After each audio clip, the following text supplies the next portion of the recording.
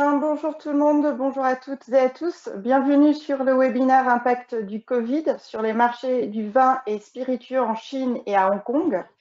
C'est le premier webinaire d'une série de 12 épisodes qui est réalisé par Team France Export et Vitisphère.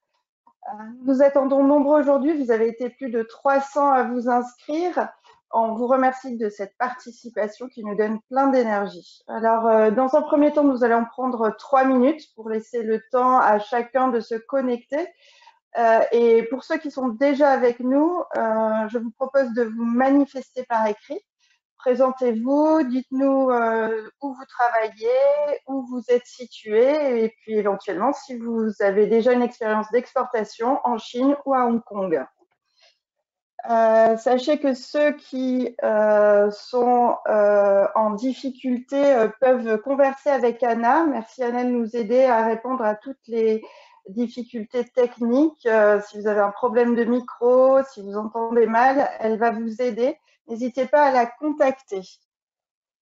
Bien, je pense qu'on a mis déjà 3 minutes. J'espère que tout le monde est en place. Alors, j'ai l'impression que tout le monde est opérationnel. Effectivement, nous allons pouvoir débuter ce webinaire. Je me présente, je suis Marion Evaldi, rédactrice en chef de Vitisphère. Je suis à Montpellier et je vous souhaite la bienvenue à nouveau. Je souhaite la bienvenue à Santiago Diaz Schmidt. Santiago, bonjour. Vous êtes chef du service vin et spiritueux, bière et cidre chez Team France Export. En ce moment, vous êtes à Paris. Santiago, je crois que vous avez un petit mot à nous dire. Merci Marion. Bonjour à tous. Merci d'être nombreux à vous être connectés pour ce webinaire réalisé, on est fiers, en partenariat Vitisphère, Team France Export aujourd'hui. Merci également à toute la profession qui a fait un relais, en particulier les agences régionales de développement, entre autres Nouvelle-Aquitaine, Occitanie, Loire, Centre, Normandie, et le CNIV et les interprofessions, notamment de Champagne, AOC Languedoc, IGP Sud de France. Vraiment, c'est un jeu collectif qu'on apprécie beaucoup. Vitisphère et la Team France Export avons souhaité vous accompagner et vous préparer le mieux possible à la reprise, avec une remontée très régulière d'informations marché. Et de même, vos conseillers internationaux de proximité de la Team France Export sont à votre disposition pour vous y aider, avec en particulier l'accès à des informations marché gratuites. Et vous pouvez voir sur le site teamfrance-export.fr de nombreuses informations utiles à votre suivi de situation en cette période de crise. Je vous souhaite à tous une très bonne reprise d'activité export dès que possible. Et Marion, si vous voulez bien reprendre.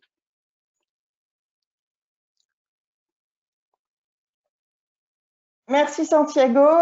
Effectivement, je remercie également tous nos partenaires et puis je pense que la solidarité est importante et plus que jamais nécessaire.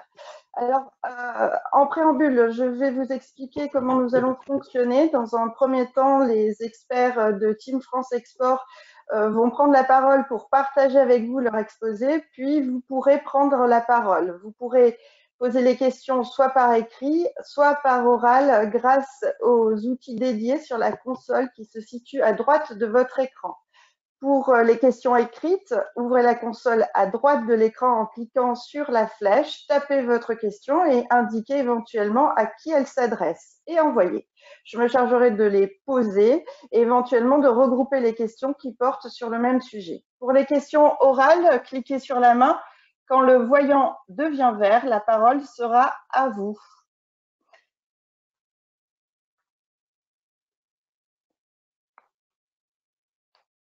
Alors, voilà. Sans plus attendre, intéressons-nous à la question qui nous réunit, l'impact du Covid-19 sur le marché des vins et spiritueux en Chine et à Hong Kong. Pour nous en parler, nous accueillons 3 intervenants. Antoine Oustrin, chargé de développement Business France à Shanghai, Guillaume Rabouté, chargé d'affaires Export Business France à Hong Kong, et Grégory Biello, Managing Director Eats Meets West Hong Kong. Vous allez tous les 3 nous faire part de la situation du marché des vins et spiritueux en Chine et à Hong Kong, nous expliquer comment le Covid a impacté la consommation et les circuits de distribution et surtout nous proposer des stratégies à envisager durant la sortie de crise. Dans un premier temps, je vais donner la parole à Antoine Oustrin. Vous allez nous parler de la Chine, marché qui a connu une baisse assez violente l'an passé avec un recul des exportations françaises de vins et spiritueux de 4,7% à 953 millions d'euros. Depuis, la crise du Covid est passée par là et le pays a vécu sous des mesures sanitaires et particulières. Monsieur Oustrin, pouvez-vous nous dire quelle est la situation actuellement en Chine? Monsieur Oustrin, vous avez la parole. Merci Marion pour cette introduction. Bonjour à toutes et à tous et encore merci de votre présence aujourd'hui, vous êtes nombreux. Alors, avant de vous répondre en détail, j'aimerais faire un rapide rappel macroéconomique sur les deux marchés dont nous allons parler aujourd'hui, donc la Chine continentale et Hong Kong. Ces deux marchés sont administrés de façon différente sous la fameuse formule de un pays, deux systèmes. Ce qui veut dire que Hong Kong, par rapport à la Chine dite continentale, dispose de son propre système monétaire, fiscal, réglementaire, sanitaire, mais aussi commercial. Ce qui implique donc que faire des affaires à Hong Kong et en Chine va se révéler très différent, et c'est pour cela que nous faisons deux présentations ce matin. Alors en plus de tout cela, Hong Kong fait partie aujourd'hui des zones économiques les plus riches et les plus développées de la planète, avec un environnement des affaires de grande qualité et ayant l'anglais comme l'une des deux langues de référence pour commercer, contrairement à la Chine qui utilise le mandarin. Hong Kong est un port franc, ce qui veut dire que les exportations de vin vers ce marché ne sont pas taxées, alors qu'elles le sont à près de 45% en Chine. Alors les consommateurs et les modes de consommation sont très différents entre ces deux marchés. À l'échelle de la Chine, par exemple, la consommation moyenne de vin est aujourd'hui en deçà de 1 litre par personne et par an, et avec des niveaux de disparité qui sont majeurs d'une région à l'autre. Tandis que Hong Kong présente la plus forte consommation de vin par personne sur la zone Asie. Enfin, Hong Kong est ce que l'on appelle une porte d'entrée pour faire des affaires en Chine. La ville dispose d'importantes capacités de stockage, des services logistiques et des opérateurs pouvant se projeter en Chine continentale. De fait, une partie importante des vins qui sont commercialisés en Chine, et notamment en Chine du Sud, proviennent de Hong Kong, qui réexporte plus du tiers de ses importations de vins, principalement vers la Chine. Néanmoins, et c'est tout l'objet de cette introduction, il faut bien garder en tête qu'une réexportation d'une bouteille de Hong Kong vers la Chine sera soumise aux mêmes taxes qu'une exportation directement en provenance de France. Voilà. Donc voilà un peu pour contextualiser tout cela, et je rajoute que ces deux marchés sont intimement liés à tout point de vue. Alors Guillaume, mon collègue Guillaume vous en dira plus en seconde partie, mais d'un côté vous avez de nombreux investissements en Chine qui transitent par Hong Kong, et inversement la distribution et la consommation de vins et de spiritueux à Hong Kong repose beaucoup sur les consommateurs chinois venus du continent. Alors, rentrons maintenant un peu plus dans le détail pour évoquer la situation pendant et après le Covid-19 en Chine continentale. Alors, je ne vous apprends rien en vous disant que tout a commencé en Chine, où l'épidémie de Covid-19 serait apparue en décembre 2019 dans la ville de Wuhan, dans le centre de la Chine, dans le centre-est, dans la province du Hubei. Alors, il existe encore malheureusement aujourd'hui des polémiques et des incertitudes sur l'origine exacte de ce virus, mais dans les faits, voici à peu près comment les choses se sont déroulées au cours de ces derniers mois.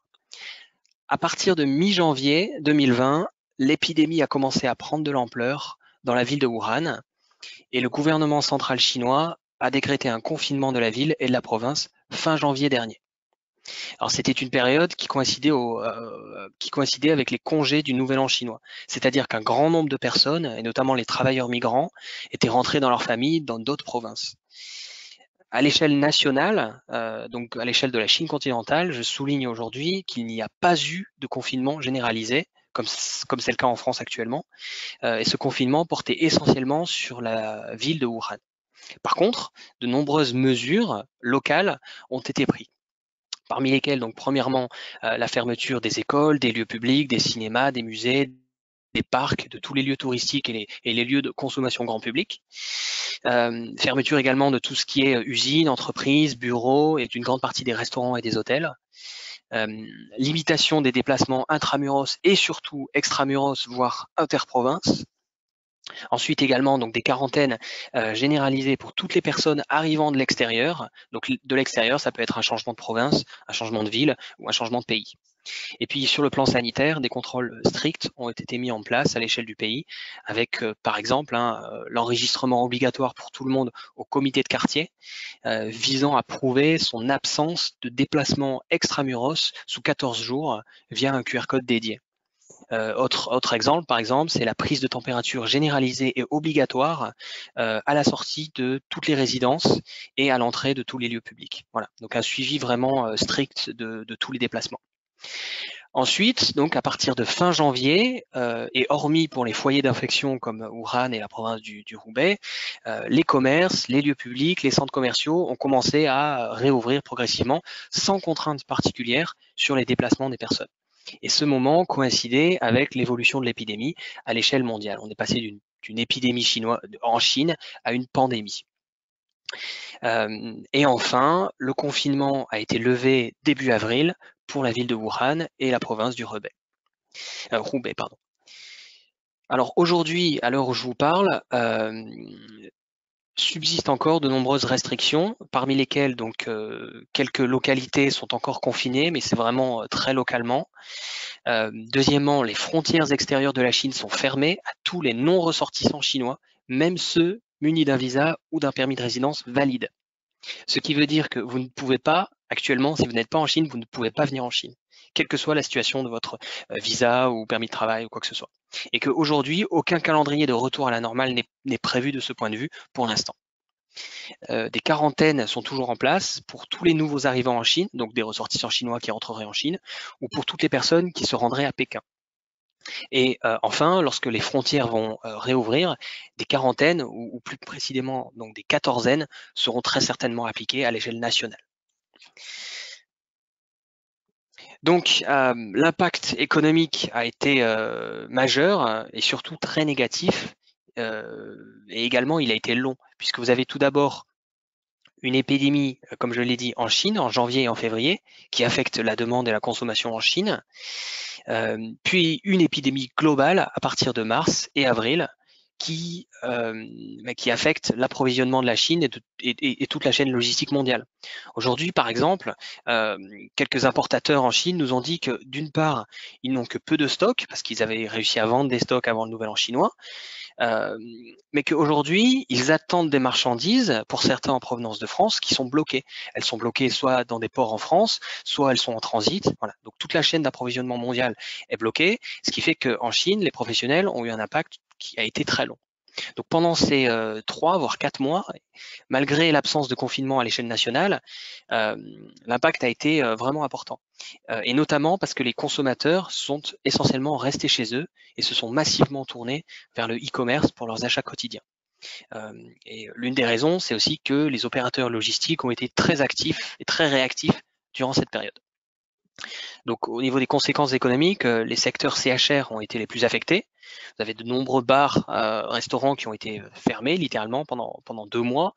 Nombreux ont fait faillite, toutes catégories confondues, vraiment. Donc on a des établissements d'entrée de gamme et également des établissements de cuisine française haut de gamme qui ont dû fermer. Alors au niveau du CHR, on note néanmoins une reprise progressive, surtout pour les bars et les restaurants situés en extérieur. Voilà. Donc cette reprise, elle a commencé à prendre forme depuis mi-avril. Ensuite, donc les ventes et la consommation d'alcool ont chuté. Les consommateurs se sont concentrés sur cette période sur les produits de première nécessité. Il faut comprendre également que il y a eu des pertes très importantes de pouvoir d'achat pour les consommateurs chinois. On est sur un marché où l'assurance chômage est d'une part extrêmement faible, et en plus de ça, elle est loin d'être universelle. Donc, vous avez un grand nombre de personnes qui tout simplement n'ont pas été payées pendant 1 mois, voire 2 mois. Ainsi, une étude locale fait état que 54% des Chinois déclarent une baisse de revenus due à l'épidémie. Voilà. Donc ça se ressent aujourd'hui, les gens n'ont pas forcément les moyens ou le plaisir d'aller pouvoir consommer en extérieur. Donc les conséquences économiques sont importantes. Le nombre d'importateurs de vin français au premier trimestre a baissé de 25%. Les petits importateurs continuent de disparaître aux dépens des leaders de l'industrie. Ce qui est aussi un problème pour les vins français, sachant que l'an passé, le nombre d'importateurs ayant importé plus de 10 millions d'US dollars de vins français est passé de 10 à 8, alors que ce nombre avait doublé dans un même temps pour les vins australiens.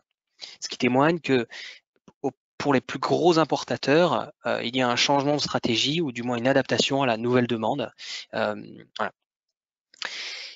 Les importations de vin ont baissé de 30% sur les 2 premiers mois de l'année, sachant que l'année dernière, donc c'est par rapport à l'année dernière, sachant que l'année dernière, sur les 2 premiers mois de l'année, les importations étaient déjà en baisse. Voilà. Et plus globalement, donc sur le plan macroéconomique, le gouvernement chinois a annoncé une chute du PIB de 6,8% pour le premier trimestre, une baisse de la production de 9,8% et une baisse des ventes au détail de 16%. Donc pour l'année 2020, les prévisions de croissance sont de 1,5% contre 6,1% en 2019. Alors au vu de cette situation et de tous les éléments que je viens de vous présenter, les consommateurs chinois se sont reportés vers les sites de vente en ligne. Alors, il faut savoir, avant même de parler de crise sanitaire en Chine, que le e-commerce en Chine est un peu particulier dans la mesure où il était déjà, avant le Covid, le premier e-commerce mondial en valeur et qu'il représente, enfin, il représentait avant la crise plus de 25% des ventes de vin en volume. Le e-commerce en Chine regroupe une véritable myriade d'acteurs. Vous avez des sites généralistes, des applications mobiles de livraison express, des magasins WeChat, etc. Et j'en passe.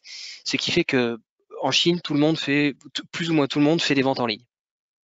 Donc ça va du restaurant au supermarché en passant par les cavistes.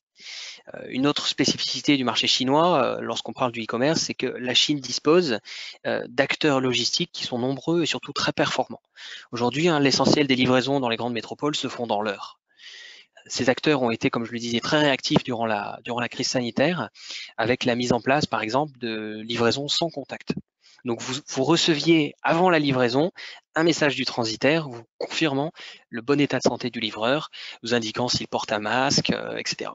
Et une fois que la livraison est faite, le livreur en fait laisse le colis devant chez vous et vous appelle une fois qu'il est à distance suffisante pour confirmer que vous avez bien reçu le colis. Voilà.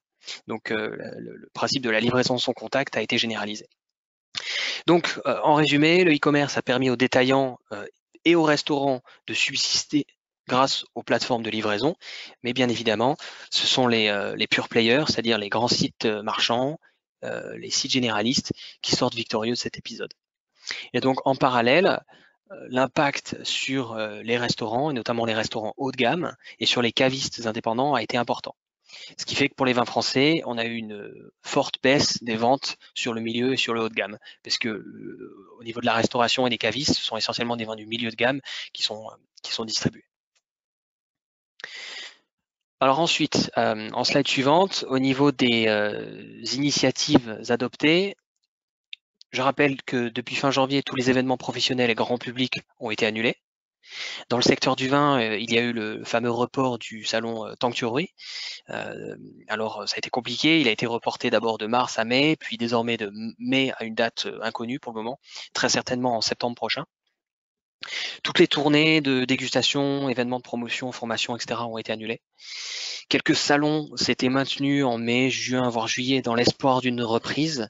Mais il y a 2 semaines, le gouvernement chinois a annoncé un nouveau moratoire sur tous les grands événements en Chine continentale jusqu'à nouvel ordre.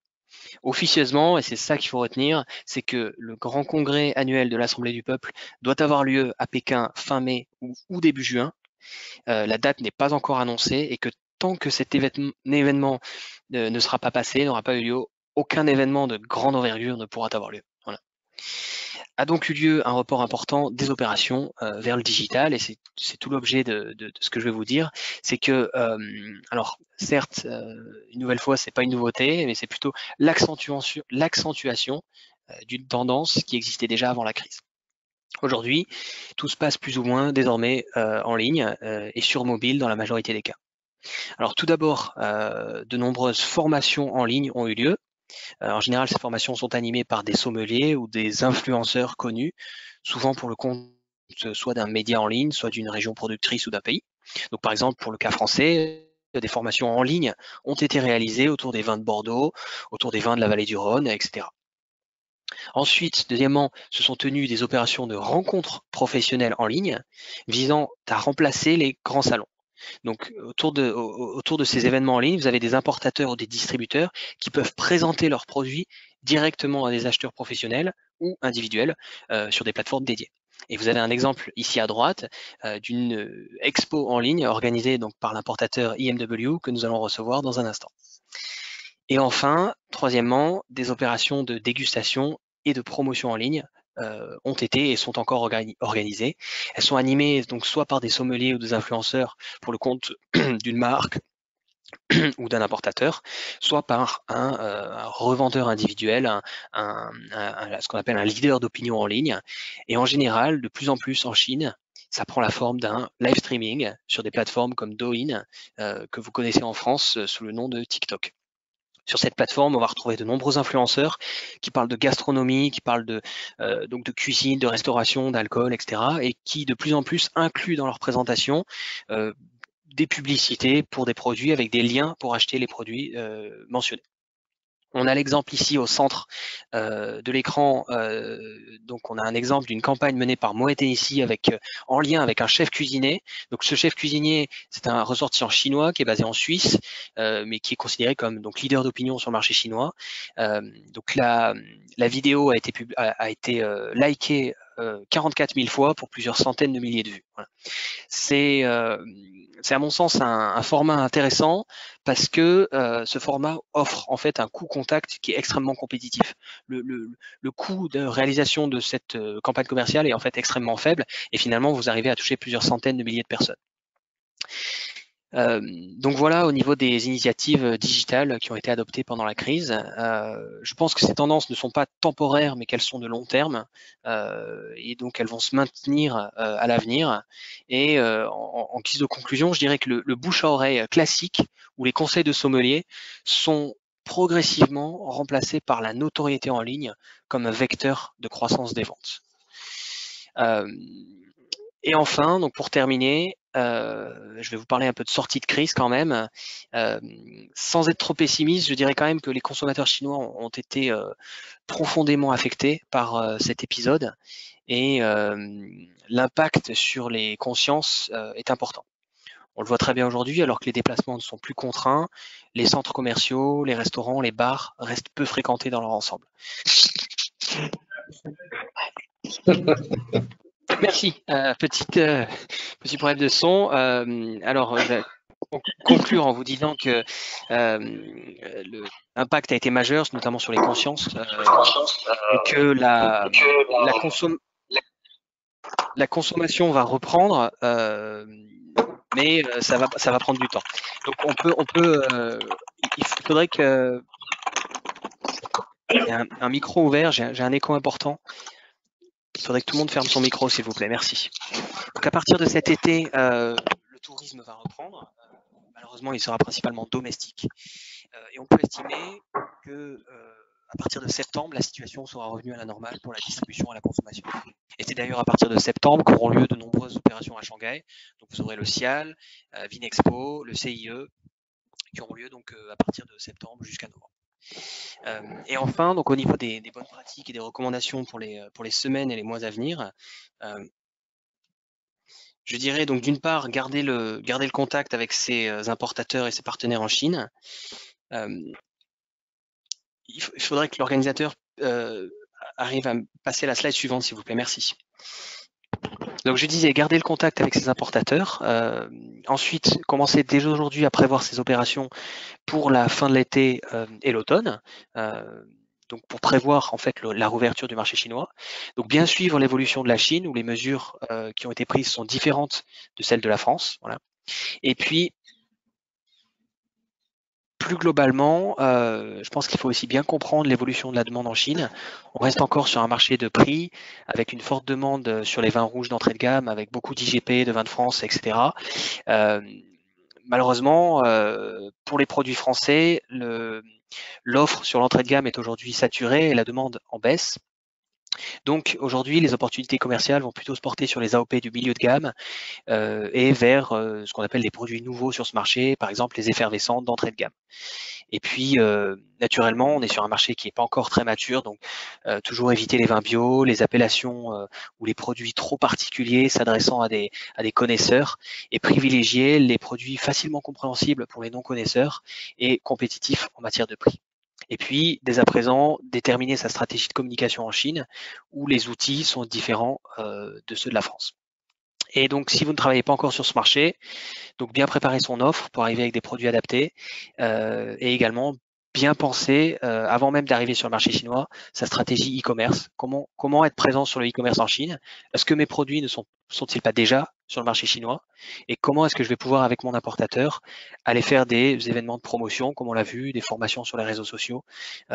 Aujourd'hui, c'est important d'avoir une stratégie e-commerce sur le marché chinois.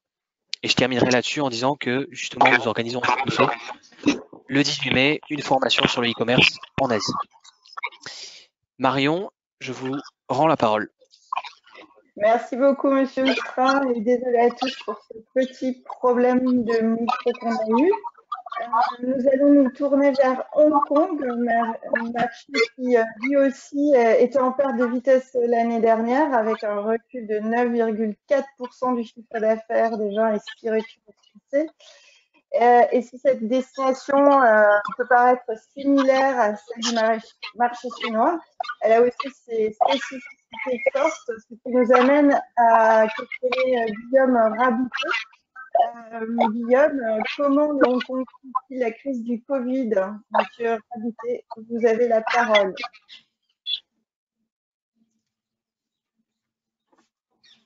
Ah, je crois que Guillaume...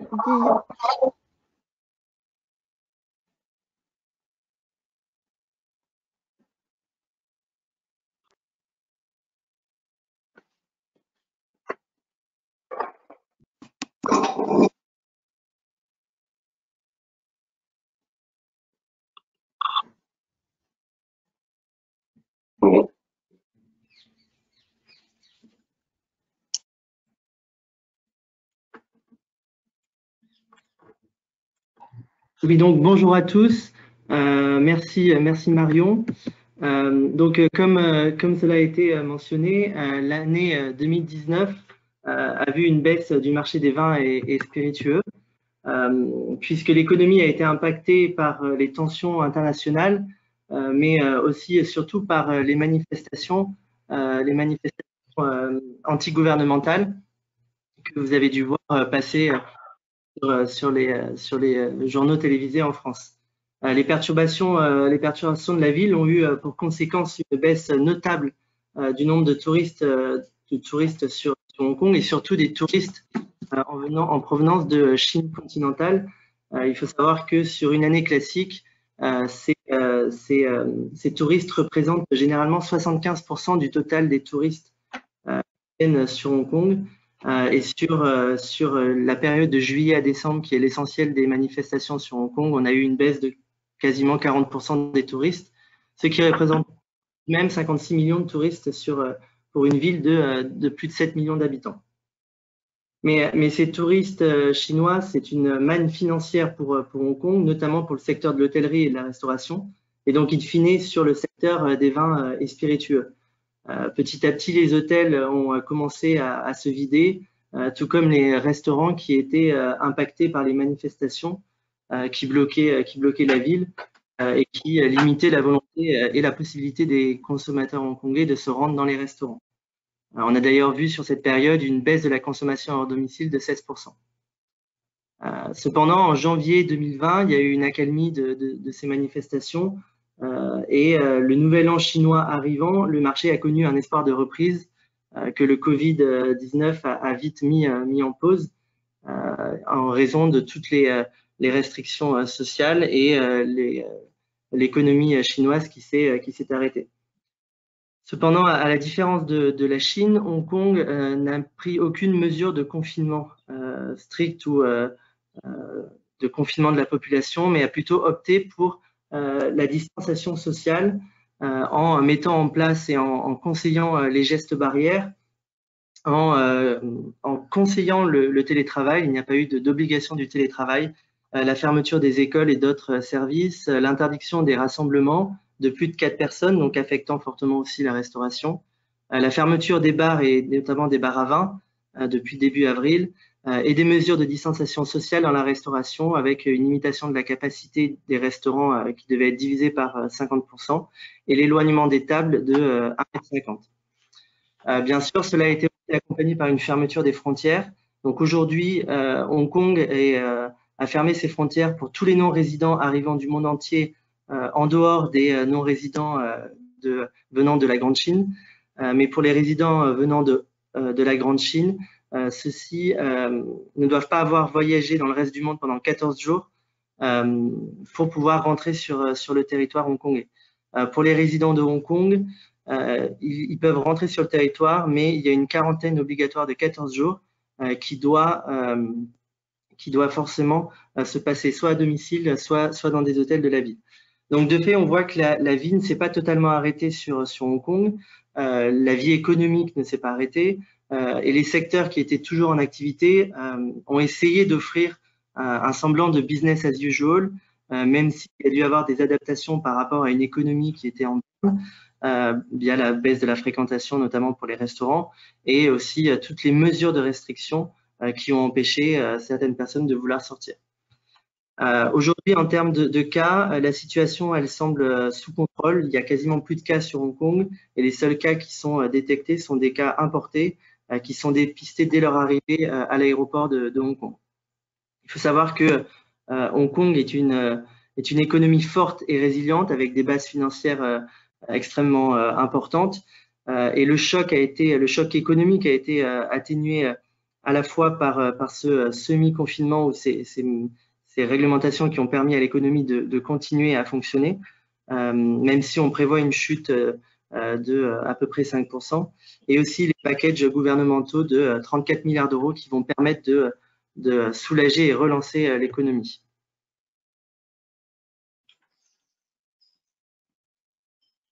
Donc la situation reste quand même compliquée pour les acteurs de la filière, même si tout ne s'est pas arrêté. On a une forte baisse des ventes pour les importateurs. Selon les importateurs, c'est estimé entre 50 et 60% sur la période février-mars. C'est principalement affecté par la baisse des commandes des hôtels et des restaurants et aussi la fermeture d'un grand nombre de restaurants. Les difficultés de paiement, puisque les cash flows sont très bas à Hong Kong, donc les restaurants, des fois, ne peuvent pas payer leurs factures, et la chute des relations avec la Chine, puisque, comme disait mon collègue Antoine, Hong Kong dépend aussi fortement de la Chine. On estime que 40% des vins importés à Hong Kong sont ensuite réexportés. Donc, quand la Chine s'arrête, c'est aussi un pan de l'économie hongkongaise qui s'arrête, et bien sûr aussi le tourisme qui s'est arrêté sur cette période. Mais cependant, les ventes en off-trade souffrent moins. Ça permet aux importateurs de continuer à fonctionner, aussi aux retailers. Et cela montre qu'il y a une consommation à domicile qui est plus importante et qui domine le CHR aujourd'hui. Ça montre des opportunités à la fois pour le moment, pour permettre à certains acteurs de la filière de continuer à vendre du vin. Et ça aussi, c'est aussi des opportunités pour la reprise, puisqu'on va avoir une consommation qui va être plus fréquente et plus courante. Mais on voit que l'ensemble de l'industrie reste, tout le monde reste combatif à trouver des débouchés pour répondre aux besoins et aux nouveaux besoins et aux nouveaux comportements des consommateurs qui s'articulent autour de 2 points principaux, qu'on va être la consommation à domicile, qui est plus fréquente. On avait déjà une consommation qui était la plus forte d'Asie à plus de 5%, à plus de 5 litres par habitant. Mais aujourd'hui, on a une consommation qui passe du CHR à une consommation à domicile. Et le style de vin aussi change, puisque si c'était une consommation qui était axée autour des vins de prestige et autour d'étiquettes, aujourd'hui, les consommateurs cherchent des vins de consommation plus courante. Donc, selon certains importateurs, le principal axe de vente aujourd'hui, ce sont les vins autour de 200 à 60 de 20 à 60 euros. Il y a aussi, comme en Chine, les achats en ligne. Par contre, à la différence de la Chine, Hong Kong n'était pas un marché où les ventes en ligne étaient quelque chose d'habituel pour les consommateurs, et d'autant plus sur le secteur des vins et spiritueux. Sauf qu'aujourd'hui, on voit que les consommateurs se détournent des magasins, évitent de sortir et vont acheter en ligne.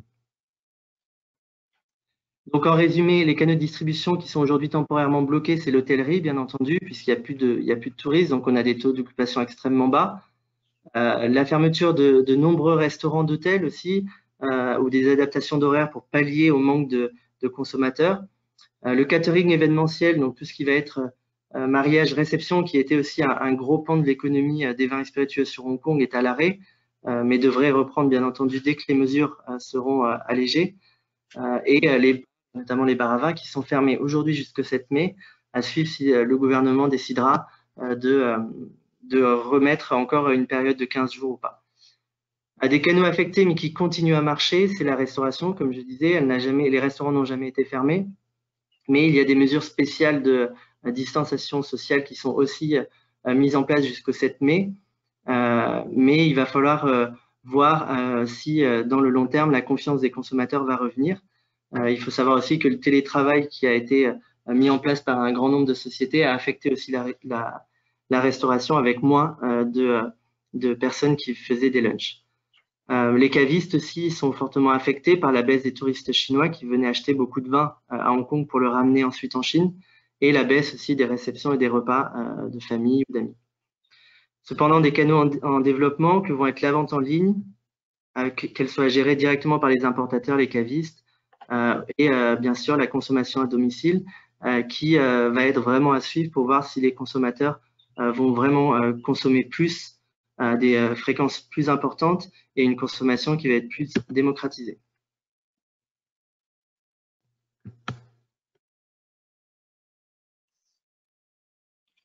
Donc, comme je disais, l'industrie est dynamique à Hong Kong, donc il y a beaucoup d'initiatives qui sont adoptées par l'ensemble des secteurs. Beaucoup d'acteurs se tournent vers la vente en ligne. On voit beaucoup de développement des sites de livraison que vont être Deliveroo ou Foodpanda qui vont maintenant livrer du vin à domicile. Beaucoup de communication en ligne pour continuer à exister, pour que les marques continuent à exister, pour que les gens s'en souviennent.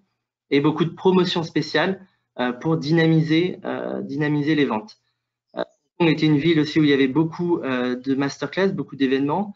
Donc des importateurs ont fait de plus en plus de masterclass, comme on peut le voir là avec un importateur qui fait des masterclass avec ses vignerons et il invite ses consommateurs à faire des visios pour faire la masterclass ou des cours de cuisine ou des accords mets et vins dans la restauration. On a des opérations de promotion entre plusieurs restaurants pour encourager la fréquentation, augmenter la consommation de vin avec des bars à vin qui essayent de se dynamiser, et une baisse des prix avec une baisse des marges, des baisses de frais de livraison et des mises en avant de vins différents pour dynamiser l'économie et la vente en vin des consommateurs. Enfin, pour finir sur la sortie de crise, il faut savoir que Hong Kong est un marché résilient avec une économie forte et avec une consommation locale déjà très importante. Et on voit déjà sur les derniers jours une reprise puisque les cas sont un peu moins nombreux et donc on voit plus de gens aller dans les restaurants. Mais il reste impossible aujourd'hui de définir comment va être la reprise, quel va être l'impact sur les populations, comment la situation va être, comment le modèle va être affecté par l'économie globale ou par l'économie des consommateurs et aussi par la situation politique qui reste aujourd'hui incertaine. Donc, il faut continuer à être actif, à être réactif, à être proactif pendant cette période, ne pas attendre la sortie de crise, continuer à proposer des actions de promotion avec vos importateurs, ce qui est très important à Hong Kong puisque le marché continue de fonctionner, ne pas augmenter ses prix pour éviter de faire peser encore plus des coûts sur les importateurs. Et par contre, pensez à être réactif sur vos réapprovisionnements et protégez-vous puisque la situation reste compliquée financièrement pour bon nombre d'acteurs. Il faudrait éviter des défauts de paiement. Donc vraiment, si la stratégie adoptée, c'est vraiment de continuer à être actif, de soutenir vos importateurs. Si vous n'avez pas d'importateurs, préparez déjà maintenant la fin de l'année et l'année prochaine en pensant à vos salons, en pensant à des actions de promotion, puisque l'élargissement des portefeuilles produits, il ne va pas forcément intervenir à court terme, mais plutôt à moyen ou long terme, lorsque bien sûr la demande sera plus importante. Voilà pour Hong Kong. Marion, je te laisse la main. Merci bien. pour cet exposé très intéressant. Nous accueillons maintenant Grégory Biello. Vous êtes notre invité. Vous êtes directeur de East Meets West Hong Kong, une entreprise d'importation et de distribution de vins fondée en 2003. Vous êtes spécialisé dans les vins de propriété familiale et vous en distribuez issus de 15 pays différents. Et vous les commercialisez auprès de plus de 160 villes à travers la Chine. Grégory Biello, merci de votre participation à ce webinaire. Votre témoignage va nous être précieux. Comment votre entreprise s'adapte-t-elle à la crise du Covid? Ouais. Oui, merci Marion. Vous m'entendez? Oui. Merci de m'accueillir.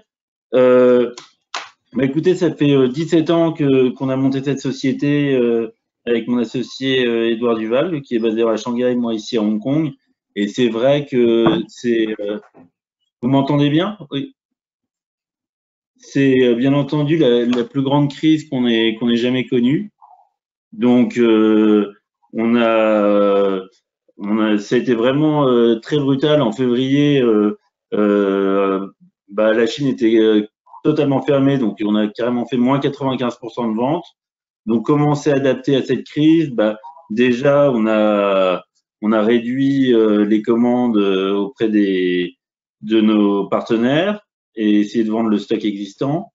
Et on a essayé de changer un peu notre façon de travailler, c'est-à-dire que nous, on a toujours été une société très forte sur tout ce qui était on-trade et donc restauration, hôtellerie, bar, club, et on a fait le maximum pour essayer de faire plus de ventes sur les clients privés en vente directe et à travers les websites, donc en Chine et aussi à Hong Kong où on a ouvert notre propre website qu'on a appelé Wine Warrior.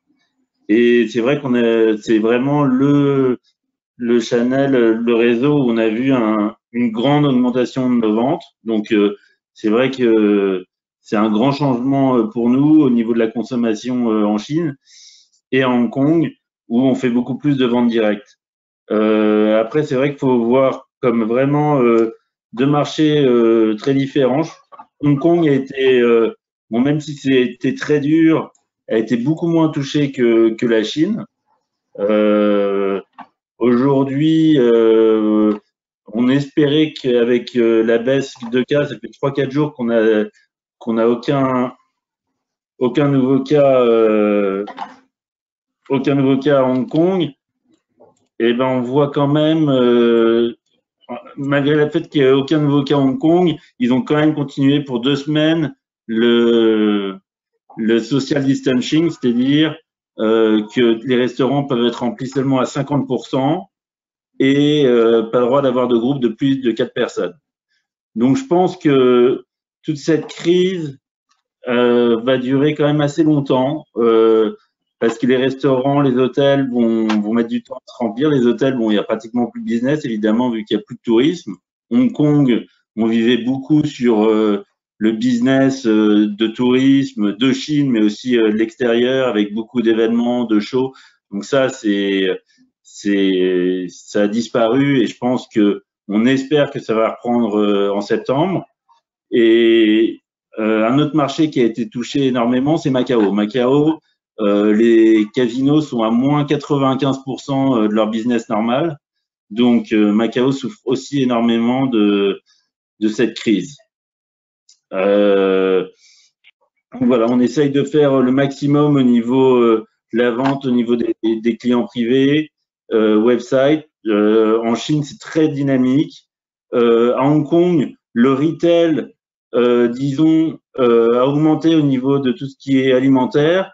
Mais pour le vin, il y a une légère baisse. Donc, il n'y a pas non plus d'augmentation, il y a quand même une légère baisse. Et vraiment, le seul réseau qui a augmenté, c'est tout ce qui est online et vente directe aux clients privés.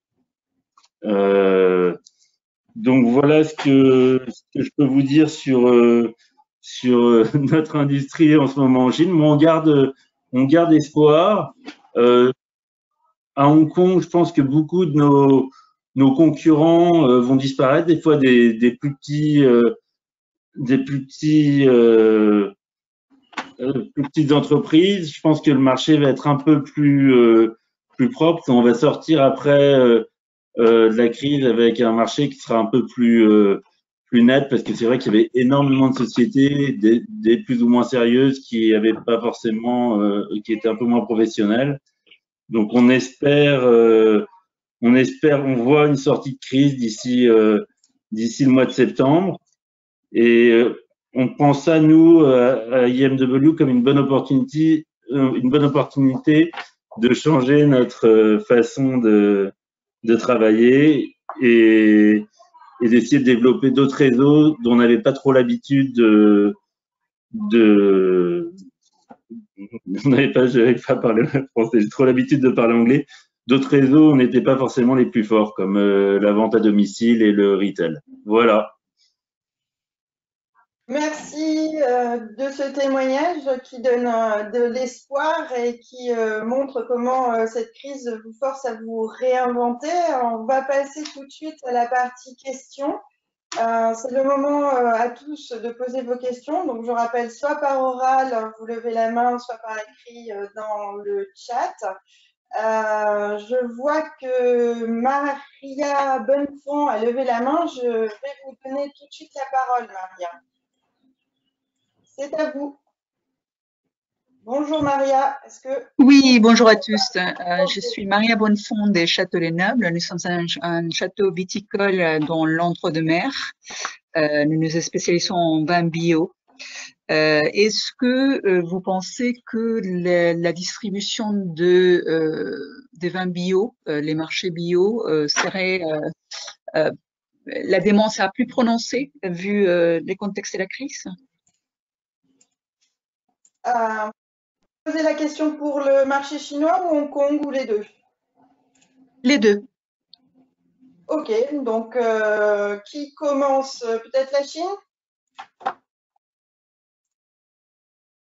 Allô, oui, Antoine, est-ce que vous pouvez répondre à Maria sur le développement, la possibilité de développement des vins bio en Chine?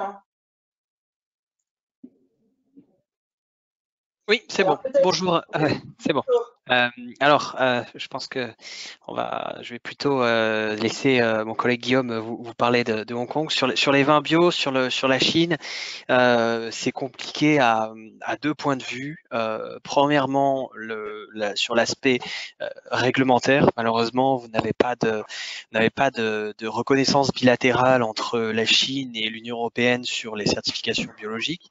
Donc, ce qui fait qu'aujourd'hui, distribuer des produits agricoles issus de l'agriculture biologique, donc du vin ou de la nourriture sur le marché chinois est assez coûteux, puisque cela nécessite de faire venir des inspecteurs de Chine sur les domaines en France, etc.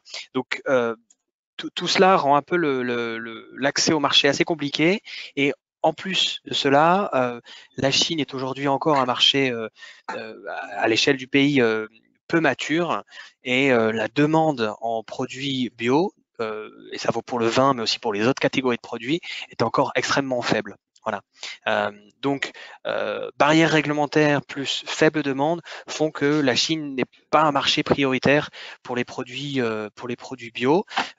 Après, si vous avez une demande d'un importateur qui est intéressé par vos produits, les produits peuvent très bien rentrer sur le marché. Néanmoins, il faut savoir que s'il n'y a pas une accréditation faite par les autorités chinoises, vos vins ne seront pas vendus en tant que tels. C'est-à-dire que tout ce qui est logo, donc organique ou AB, etc., devront être masqués pour passer les douanes.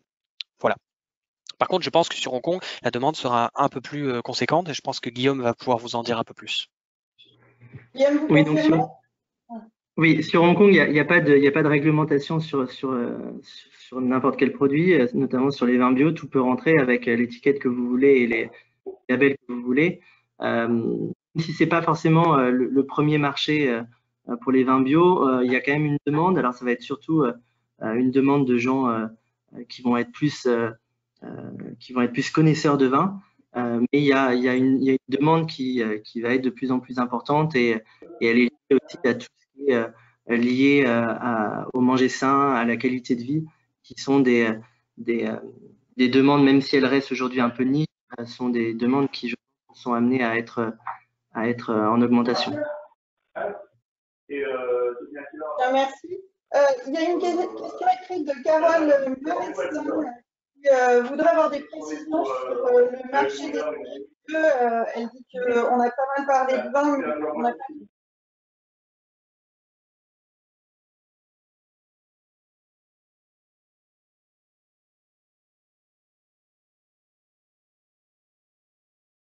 Oui, donc je disais une question sur les spiritueux. Qu'en est-il de la situation des spiritueux en Chine et à Hong Kong? Antoine, si vous voulez répondre? Non, Antoine n'est pas là, donc peut-être Guillaume peut répondre.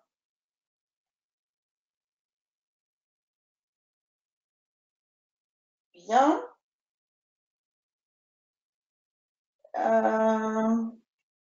Je ne sais pas trop. Est-ce que Antoine ou Guillaume m'entend? Je crois qu'on a un gros souci. Les élèves du direct, c'est un peu compliqué. Il y avait beaucoup de questions aussi autour des. Oui, me voilà. Me voilà.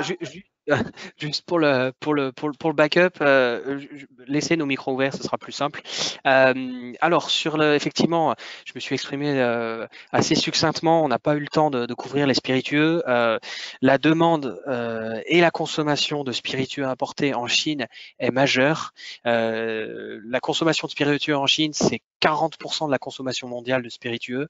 C'est un marché qui consomme beaucoup de spiritueux, qui en consomme plus que des vins. Vous avez une consommation moyenne par habitant qui est de plus de 6 litres par an. Pour le vin, on est à moins d'1 litre. Même si évidemment, il y a la concurrence des spiritueux chinois, les fameux baijiu. La demande pour les spiritueux importés est forte et surtout, elle est en croissance depuis 5 ans, quand bien même le marché du vin importé se rétracte. Voilà. Donc, ça reste un marché majeur. C'est le troisième débouché mondial pour les cognacs, juste derrière Singapour, sachant que Singapour va en réexporter une grande partie. Donc, on peut considérer que c'est le deuxième marché mondial de consommation de cognac. Donc, effectivement, c'est pas un lapsus. Je parle de cognac et j'évoque pas trop les autres spiritueux parce que la demande en spiritueux importés et surtout de France vraiment se concentre sur les cognacs et sur deux catégories. D'une part sur les cognacs XO, donc XO c'est vraiment c'est une image de marque en Chine, c'est très vendeur, et également sur les brandys d'entrée de gamme. Voilà. Donc cognac XO, brandy, même si de plus en plus la Chine commence à demander des whiskies importés, du gin, etc. Mais segments sur lesquels la France est un peu moins bien positionnée, même si on voit émerger aussi des productions d'autres spiritueux.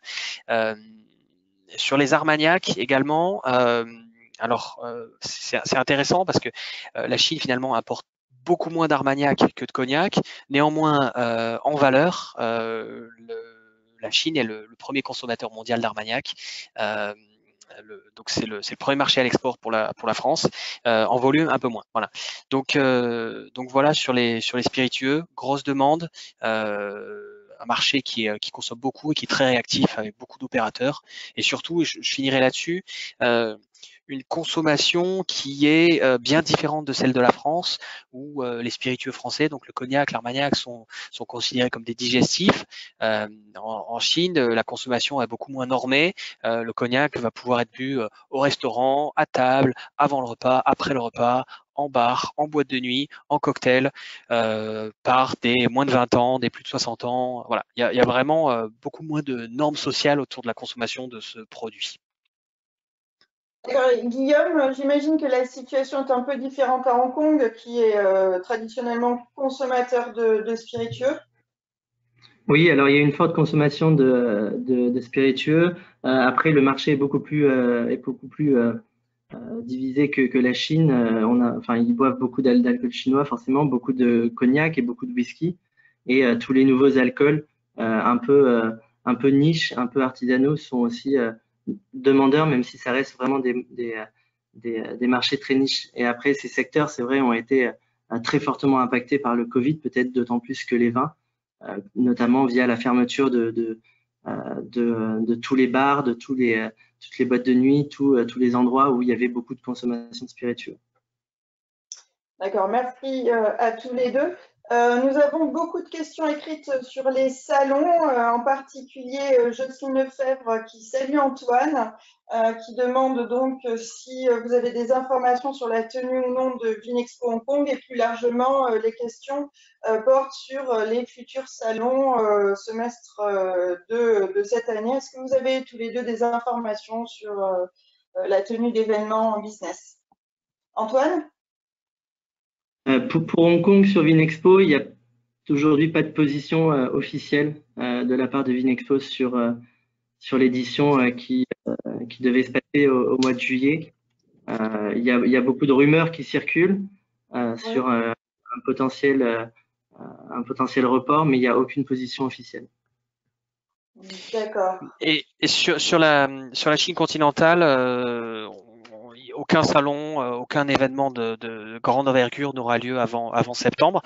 Par contre, à partir de septembre, il va y avoir un embouteillage. Donc, mi-septembre à Shanghai, vous aurez le Cial Shanghai qui avait lieu en mai, donc qui est repoussé à septembre. En octobre, Vinexpo Shanghai, donc fin octobre. Début novembre, donc le fameux CIE, le China International Import Exhibition.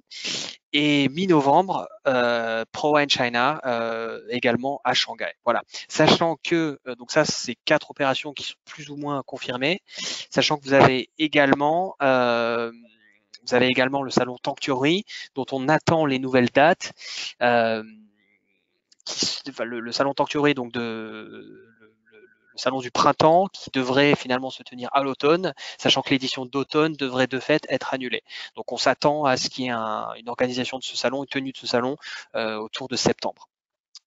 Voilà. Et dès que nous aurons les informations officielles sur toutes ces dates de salon, de toute façon, vous serez tous tenus informés et nous communiquerons sur tous nos réseaux sociaux et sur tous les différents sites de Business France sur toutes ces opérations-là. Voilà. D'accord, merci. Je vais prendre une question orale. Je vais prendre la question d'Arnaud Melville qui attend depuis un moment. Arnaud, vous avez la parole. Arnaud? Bonjour Arnaud. Vous êtes là? Ah, on ne vous entend pas. Bon, alors, je vais passer la parole à Florence Baucher-Labelle. Florence, est-ce que vous nous entendez? Ah, non plus. Encore. Ah, voilà, c'est bon. Ah, Florence? C'est bon pour moi. Et bonjour Florence, désolée pour ce... Bonjour. Je me présente, je suis Florence Baucher du Champagne Baucher. On est une famille de récoltants manipulants en Champagne, bien sûr. Et j'entendais, je crois que c'est le premier interlocuteur tout à l'heure qui parlait de champagne entrée de gamme. Et je voulais savoir ce qu'il entendait exactement par entrée de gamme parce que, en fait, si on parle par rapport au marché français, on va avoir en gros 3 catégories. L'entrée de gamme où on va avoir des champagnes à environ 10 € TTC net consommateur. Et après, on va avoir des champagnes de récoltants qui vont se situer dans la fourchette de environ 15 € TTC consommateur jusqu'à 20-22 € TTC. Et puis après, on va être dans un autre critère où on va être plus de 25 jusqu'à 30, 40, 100 et quelques euros. Et là, on parle plus de ça. Mais quand on parle d'entrée de gamme, est-ce qu'on est plutôt dans les 10 € TTC ou dans les 15 € TTC comparé à la France, hein. Après, je sais pas quel est le prix final rendu en Chine ou à Hong Kong. D'accord, voilà, Florence, on a bien compris votre question. Comment se découpent les segments de prix pour les effervescents? Bonjour Florence, merci. Oui, bonjour Florence, merci pour votre question. Alors, je corrige un point. Alors, je ne sais pas si c'est un lapsus de ma part ou pas, mais ce que j'ai dit, ou ce que j'ai voulu dire du moins, c'est que le potentiel de croissance, attention, le potentiel de croissance en Chine actuellement se concentrait sur les effervescents d'entrée de gamme. J'ai pas dit champagne d'entrée de gamme, ou du moins, c'est pas ce que je voulais dire. Aujourd'hui, pour mettre un peu en contexte, la demande sur les effervescents en Chine, elle porte vraiment sur deux catégories de produits. D'un côté, les champagnes, et c'est ce qui fait que la France aujourd'hui a près de 60% de part de marché en valeur sur donc l'ensemble des effervescents importés en Chine, et d'autre part sur les effervescents d'entrée de gamme. Et c'est ce qui fait qu'aujourd'hui, en volume, eh bien, aujourd'hui, c'est l'Italie et l'Espagne qui dominent le marché des effervescents en Chine. Donc, on voit bien qu'il y a vraiment un marché qui est bipolaire. Vous avez beaucoup de valeur qui est faite sur les champagnes et beaucoup de volume qui est fait sur des effervescents espagnols et italiens qui sont plutôt situés en Chine du moins sur le segment d'entrée de gamme. Voilà. Vous avez parlé de prix. Pour le marché chinois, le champagne, de toute façon, sera un produit qui sera cher. Même un champagne à 10 ou 12 euros en sortie de chez en France, il sera finalement assez cher sur le marché chinois, sachant que vous avez un facteur multiplicateur qui est d'environ 1 pour 5, avec donc le coût du transport, les 45% les différents niveaux de taxes qui sont appliqués sur les alcools à l'import, plus les différentes marges de l'importateur, du distributeur, du détaillant, etc. Donc finalement, même un champagne à 10, 12 euros, c'est un produit qui va être finalement en retail à 50, 60 euros. Et finalement, pour ce prix-là, malheureusement, ce sont les champagnes des grandes maisons qui vont récupérer l'essentiel du marché avec des efforts marketing hyper importants. Voilà. Ce qui fait qu'aujourd'hui, vraiment, le marché va être concentré sur ces grandes maisons-là et sur les effervescents d'entrée de gamme. Alors, je ne veux pas vous décourager en vous disant que les petites maisons n'ont pas de potentiel. C'est pas vrai. La Chine est un marché immense et on le voit sur nos opérations. On a des petits producteurs, des producteurs indépendants qui réussissent très bien en Chine parce qu'ils ont trouvé un importateur, un distributeur et ça fonctionne très bien. Je dis que le potentiel est un peu plus limité puisqu'on est sur un marché qui est finalement un peu mature, où les produits sont chers, mais finalement le critère du prix est un critère important. Et on est encore une fois sur un marché de gens qui dans l'ensemble, ne sont pas connaisseurs. Donc les gens consomment des effervescents en boîte de nuit, ils boivent du Prosecco, ils ont l'impression de boire du champagne. Parce qu'il y a une méconnaissance autour de ces produits-là. Voilà, c'est un produit qui est les effervescents. De toute façon, les alcools effervescents sont des produits qui sont nouveaux pour le marché chinois. La Chine produit du vin, mais ne produit pas du tout d'effervescents. Globalement, hein, mis à part la bière, les Chinois ne produisent aucun produit qui a de la mousse. Et ce qui fait qu'aujourd'hui, la Chine, qui est le quatrième importateur, le cinquième importateur mondial de vin, n'est que le 17e marché mondial pour les effervescents. Voilà. J'espère que j'ai répondu à votre question. Vous pouvez compléter éventuellement si vous avez. Je pense que c'était une réponse très complète. Merci beaucoup. Je vais prendre une autre question, mais juste vous dire que Béatrice Espagna, qui fait partie du comité d'organisation de Vinexpo, nous informe qu'une communication officielle sera publiée mercredi prochain sur la tenue ou non de Vinexpo Hong Kong. Sachez que l'information sera aussi publiée certainement très vite par Vitisphère. J'ai une question qui m'apparaît assez intéressante et qui est technique, une question écrite de Marion Barral. Elle concerne les lignes de couverture de crédit qui se ferment. Elle vous demande si vous conseilleriez plutôt aux vignerons d'expédier avec risque ou de ne pas expédier avant la reprise du commerce. Est-ce que vous avez des éléments de réponse ? Sur la Chine, je pense que le marché commence à reprendre, donc je vois pas. Alors sur la Chine, il n'y a pas de risque. Les risques, ils vont plutôt être au niveau du transit et de la logistique entre en fait de France jusqu'au port et enfin plutôt en amont sur la logistique. Sur la Chine, il n'y a pas de risque particulier actuellement, du moins pas plus que sur une période normale. Alors il faut évidemment toujours être prudent sur le marché chinois, hein, travailler avec des opérateurs connus. s'adresser à des importateurs de taille suffisante.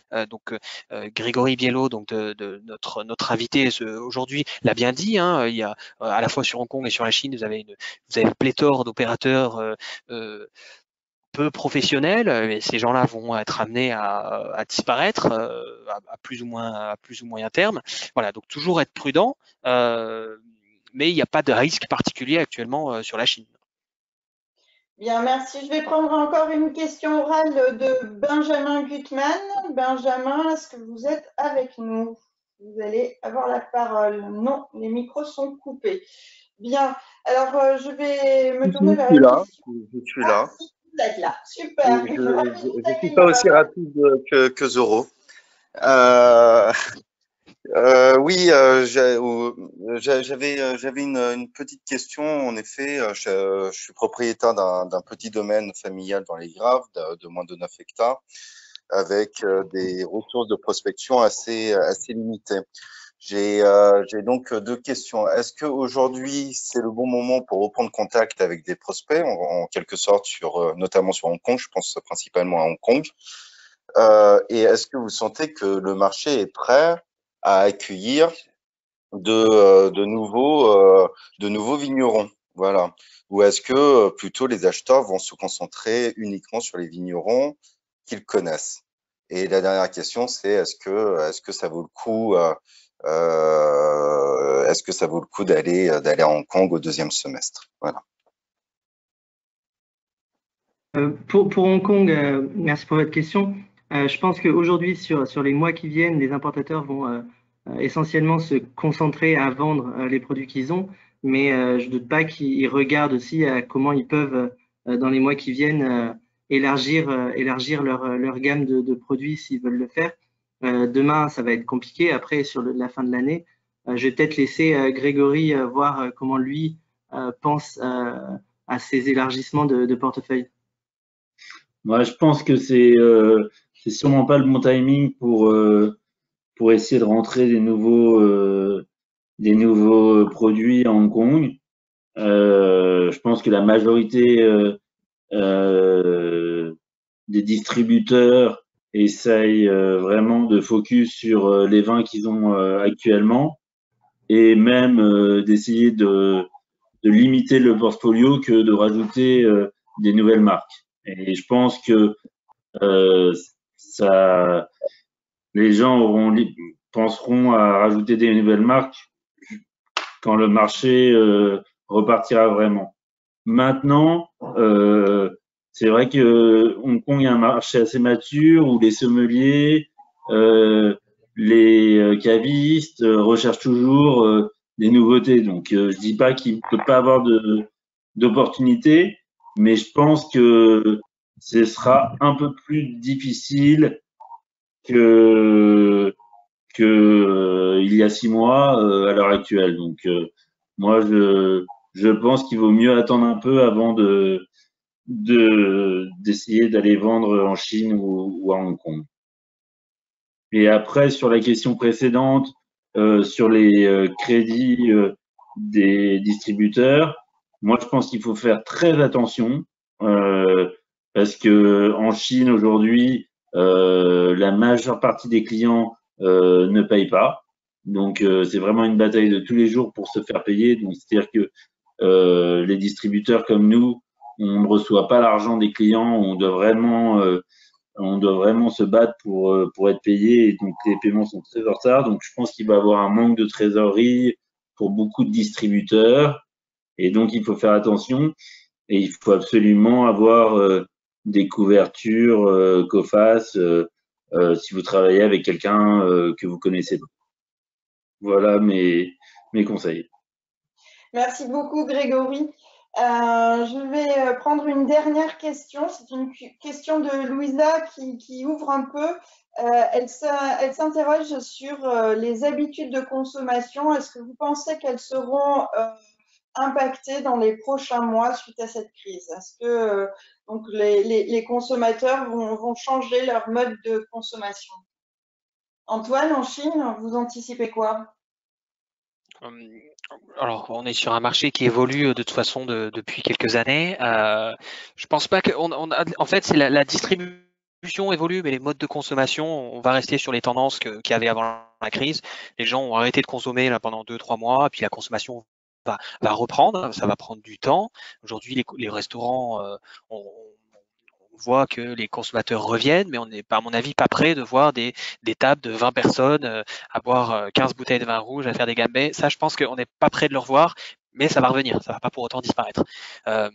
Les tendances, c'est plus que les gens achètent de plus en plus en ligne, s'informent en ligne, sortent moins, consomment à domicile. Voilà, pour le type de tendance. Au niveau des produits consommés, on restera encore sur à 95% sur un marché de vin rouge d'entrée de gamme. Et lorsque la restauration aura vraiment repris, notamment la restauration type occidentale, en extérieur, etc., à ce moment-là, les vins blancs, les effervescents, etc., pourront également reprendre. Voilà. Grégory? Écoutez, à Hong Kong, la difficulté, c'est que les Hongkongais ont vraiment l'habitude de consommer du vin pour plus des fêtes, des parties, des banquets. C'est-à-dire que même les vins qu'ils achetaient en retail ou à domicile, c'était pour les amener au restaurant ou pour les boire avec des amis ou avec leur famille. C'est la consommation locale chez soi. Je pense que même sur un marché développé comme Hong Kong, ça va mettre du temps parce que c'est pas dans les habitudes locales de consommer du vin chez soi. Même si ça augmente, je pense que tant que les restaurants seront pas ouverts à 100% et qu'on n'aura pas le droit d'avoir à faire des événements, des parties, la consommation va avoir du mal à repartir. Après, sur le mix de produits, je pense pas forcément qu'il va changer. Peut-être que avec la crise et avec des personnes qui ont moins de moyens à cause des unpaid leave, des baisses de salaire, du business qui s'écroule, ils vont sûrement partir sur des vins à meilleur rapport qualité-prix, mais je pense pas qu'ils vont acheter plus de vins français ou plus de vins blancs ou plus de champagne qu'avant, mais peut-être à un niveau moins cher. Après, ce qui est très important pour la Chine, sans parler de Hong Kong, c'est vraiment se battre ensemble, surtout vous, producteurs français et européens, pour se battre pour qu'on ne paye pas 48% de taxes, puisque aujourd'hui, on parle d'un marché qui baisse pour les vins français, mais ce qui est très grave, c'est que les vins australiens sont plus vendus que les vins français aujourd'hui, car aujourd'hui, on paye 0% de taxes sur les vins australiens. Donc ça, je pense que ce qui est très important aujourd'hui au niveau européen, d'essayer d'avoir enfin en Chine un free trade agreement pour les vins européens, français donc européens, parce que ça existe pour les vins chiliens, australiens, néo-zélandais, et c'est un grand désavantage pour le marché des vins français. Oui, c'est un sujet sur lequel se battent les organisations professionnelles européennes. C'est un sujet récurrent et ça fait plusieurs années que les producteurs essaient de faire avancer les gouvernements sur ce sujet. La bataille va être encore longue sans doute. Bien, nous arrivons à la fin de ce webinaire. D'abord, je voudrais vous dire à tous merci de votre participation, dire à tous ceux qui n'ont pas eu la réponse à leurs questions que nous nous chargerons de vous répondre, ou du moins les experts présents se chargeront de répondre à vos questions par écrit dans les jours qui arrivent. Vous dire également que ce webinaire sera disponible en replay. Donc, vous pourrez inviter vos connaissances, vos collègues, vos contacts à venir le regarder s'ils n'étaient pas présents. Vous dire aussi que ce webinaire est le premier d'une longue série de 12 épisodes. Le prochain aura lieu le 30 avril à 17h30, pardon. Il sera consacré au marché de la Grande-Bretagne et de l'Irlande. Donc, n'hésitez pas aussi à faire passer l'info à toutes les personnes qui pourraient être intéressées. Après nous être quittés, vous sera proposé de remplir un petit questionnaire de satisfaction. Nous vous remercions de nous dire tout ce qui nous permettra de nous améliorer. Bon, je tiens encore à nous excuser pour les petits soucis techniques. C'est le premier, les aléas du direct. Vous savez ce que c'est. Voilà. Eh bien, maintenant, c'est le moment de nous séparer. Merci à vous tous et au 30 avril pour explorer le marché anglais et irlandais à jeudi. Et d'ici là, portez-vous bien. Merci. Au revoir. Au revoir.